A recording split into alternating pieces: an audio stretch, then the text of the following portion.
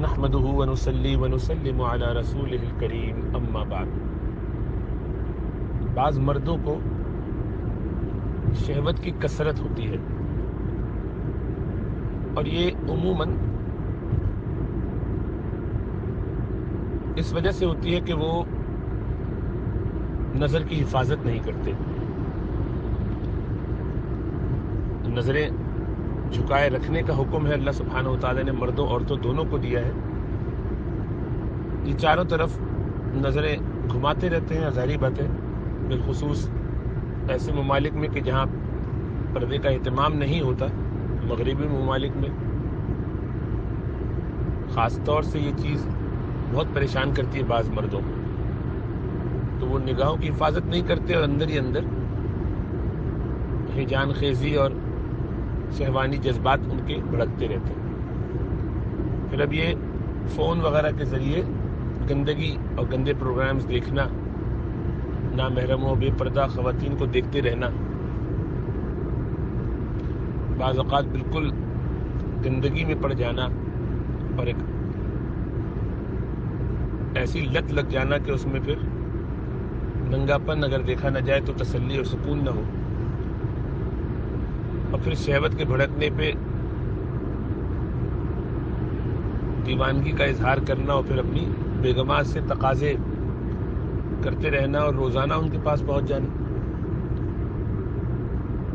اور بعض مردوں کو دو تین دفعہ بھی اپنی بیویوں کے پاس اپنی حاجت پورا کرنے کے بعد بھی سکون نہیں ہوتا، اور نہیں ہوگا کبھی بھی، اس لیے کہ وہ جس گندگی میں پڑے ہوئے ہیں اس سے نکلنا ضروری ہے۔ تو ایک تو وجہ یہ ہوتی ہے، اور اکثر یہی وجہ ہوتی ہے۔ بہت مائنورٹی، بہت ہی تھوڑے لوگ ایسے ہیں کہ جن کو ایک جینیٹک پرابلم ہوتا ہے، وہ یہ کہ ان کا کروموزوم ایکسٹرا ہوتا ہے، ایکس وائی وائی۔ نارملی تو ایکس وائی ہونا چاہیے، لیکن بعض لوگوں میں ایک ایکسٹرا وائی کروموزوم ہوتا ہے، اور اس کی وجہ سے شہوت بہت بھڑکتی ہے بعض لوگوں میں۔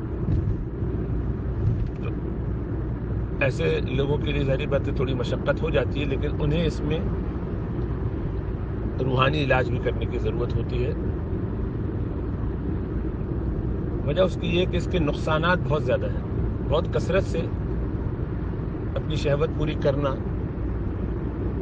یہ بہت زیادہ نقصان دہ ہے۔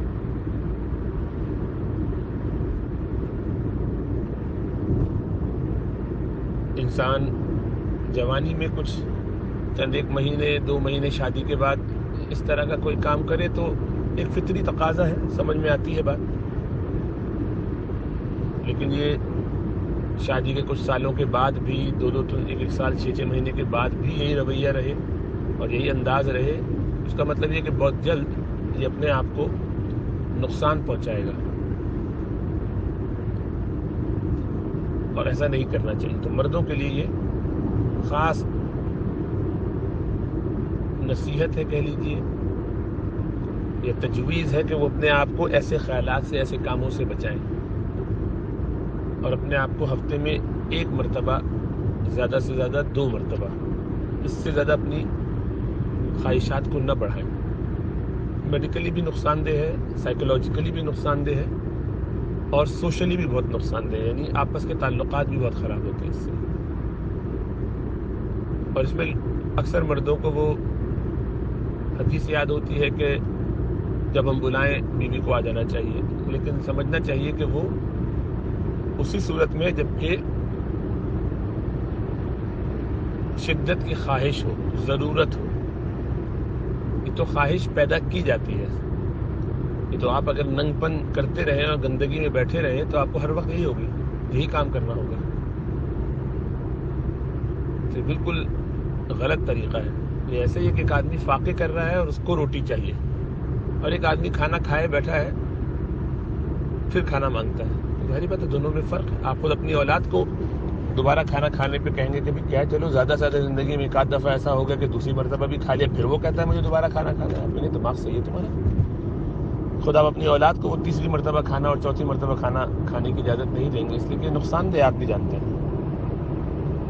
تو یہی کام سمجھنا چاہیے کہ ہر ضرورت میں ایسے ہی ہوتا ہے۔ ضرورت کو آرٹیفیشلی بڑھا کر پھر دین کو اپنے مقصد کے لیے استعمال کرنا یہ بہت خطرناک طریقہ ہے. جائز ضرورت کو بھی لمٹ کر کے استعمال کرنا چاہیے. جو اللہ سبحانہ وتعالیٰ قرآن میں فرماتے کہ بھی کھاؤ پیو مگر اسراف نہ کرو, حد سے نہ بڑھو. حد سے حلال مال میں کیسے بڑھے گا آدمی؟ اتنا ایسے ہی بڑھے گا کہ جتنی ضرورت ہے اس سے بڑھ کر کھائے. 2 روٹی سے گزارا ہو سکتا تھا 4 پہ گزارا کرنے لگے, بڑھا دے اس کو, تو ظاہر بات ہے موٹا ہوگا, بیماریاں پھیلیں گی. تو اس لیے اپنے آپ کو ایسی حماقتوں سے بچانا چاہیے. بہت جلدی اعضاء ہڈیاں جواب دے جائیں گی. 40 سال سے پہلے پورے اعضاء ڈھیلے پڑ جائیں گے تو پھر خود ہی چیخیں نکلیں گی. اس وقت جب دواؤں پہ رہنا پڑے گا, ہڈیوں میں جان نہیں ہوگی, کمر ٹوٹی ہوئی ہوگی, تو پھر کہیں گے کاش کوئی بتا دیتا, سمجھا دیتا. تو ابھی پاگل پنے سے نکل جانا چاہیے. یہ آپ کے اپنے فائدے کے لیے. ظاہری بات ہے اس طرح سے بیگمات کو جو تکلیف پریشانی میں آپ مبتلا کرتے ہیں وہ الگ ظلم ہے. اب ایسی صورت میں اگر کوئی مرد اپنے آپ کو قابو نہ کرے اور پھر بار بار اپنی بیویوں کے پیچھے پڑ جائے, بعض مرد تو رمضان میں بھی نہیں چھوڑتے, پیچھے پڑے رہتے ہیں, حالانکہ یہاں تو ٹائم بہت کم ہوتا ہے. تو اگر ایسا کسی کا دماغ اتنا خراب ہے تو اس کو چاہیے کہ اپنا علاج کرائے میڈیکلی یا سائیکولوجیکلی, اور اگر گندگی میں پڑا ہوا ہے تو اپنے آپ کو اس سے نکالے تاکہ وہ اپنی آخرت خراب نہ کرے دنیا کے ساتھ ساتھ.